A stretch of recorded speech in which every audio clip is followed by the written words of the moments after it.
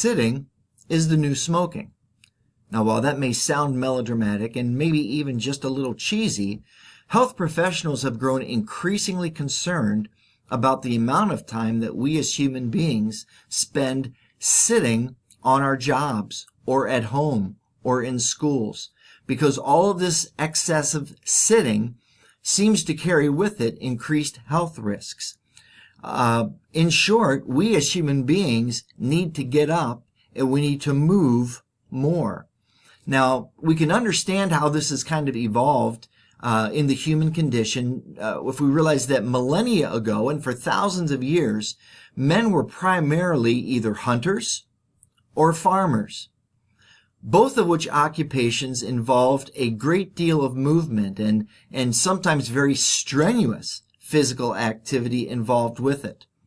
By the 1960s, only about half of the jobs that people had involved any sort of moderate physical activity, and by the time we get to the day and age in which we live now, only about 20% of the jobs involve any sort of moderate physical activity, whereas 80% of the jobs involve prolonged sitting. And this even includes in our schools with our students.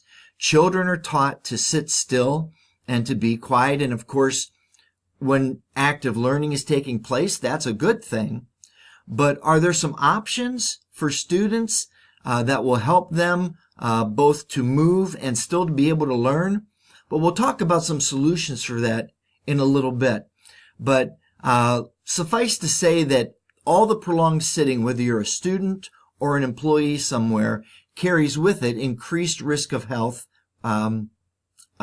different maladies, which include things like obesity, cardiovascular disease, even diabetes. So these are things obviously that people want to avoid. In the 1950s, there were two independent studies that were done in the United Kingdom that involved the transportation industry, bus drivers and conductors in particular, and also the postal industry, mail clerks and the actual postal carriers, the people that carried the mail and delivered the mail.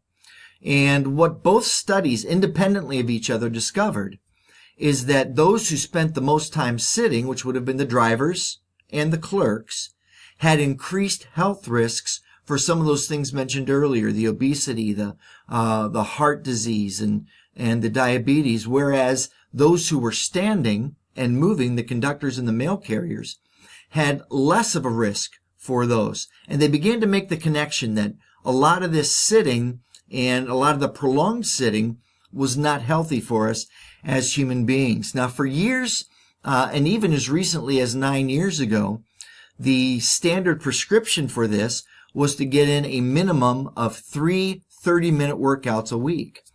And while researchers tell us that those 3 30-minute workouts a week minimum are still necessary and still very helpful, they're also telling us now that that's not nearly enough to overcome the prolonged amount of sitting that people do. So those workouts, getting to the gym, everything, that's great.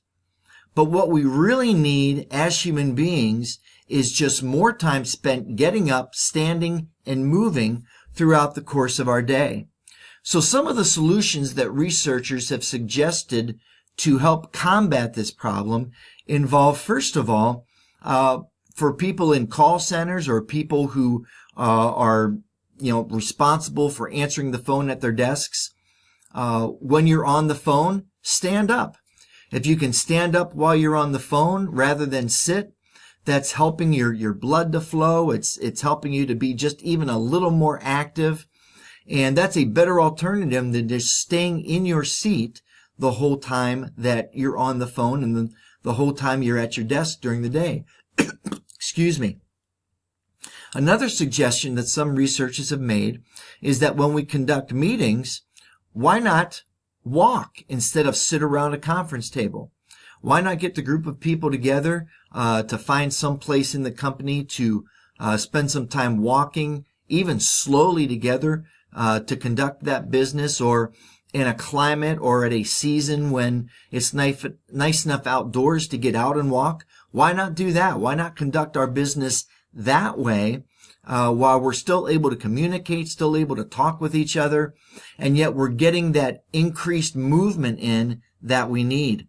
Now, another solution that, and I mentioned this with the education, and it's even working in some companies now, is the idea of a stand-up desk where you can actually adjust the desk so that you can stand while you're doing your work. Now, there's been studies in schools with these, with students as young as first grade. And while teachers were understandably reluctant to give their first graders a stand-up desk, something that they could adjust throughout the course of the day, they're finding that it actually helps them to stay engaged and in some cases to be more productive. And of course, because they are able to stand up and have that little bit of movement as they desire, it's also healthier for them than just sitting all day. And of course, in offices, the same concept applies. People that are able to stand up and even either adjust their desk or just spend the bulk of their day standing up are showing increased, or I should say decreased health risk and increased health through doing the standing up at the desk, that increased movement. Even the success of the stand-up desks has led to the invention of a treadmill desk, which now you're not running on a treadmill while you're working, but the treadmill moves along at somewhere between 1 to 2 miles an hour, which is a relatively slow pace. But even just that little bit of movement while you're working can help to decrease the effects, decrease the risk of sitting for those prolonged periods. It can help to mitigate all that sitting, much more so than just those short bursts of activity that we experience during those 30-minute workouts 3 or more times a week. So in conclusion, extended sitting, studies are showing, is an increased health risk for us. And again, just those short bursts of activity 3 or 4 days a week isn't enough to overcome that. So what we really need is increased standing and increased moving throughout the course of the day. And studies are showing that not only is this healthier, but in some cases, both in schools and in business, that it even leads to increased productivity. God bless you.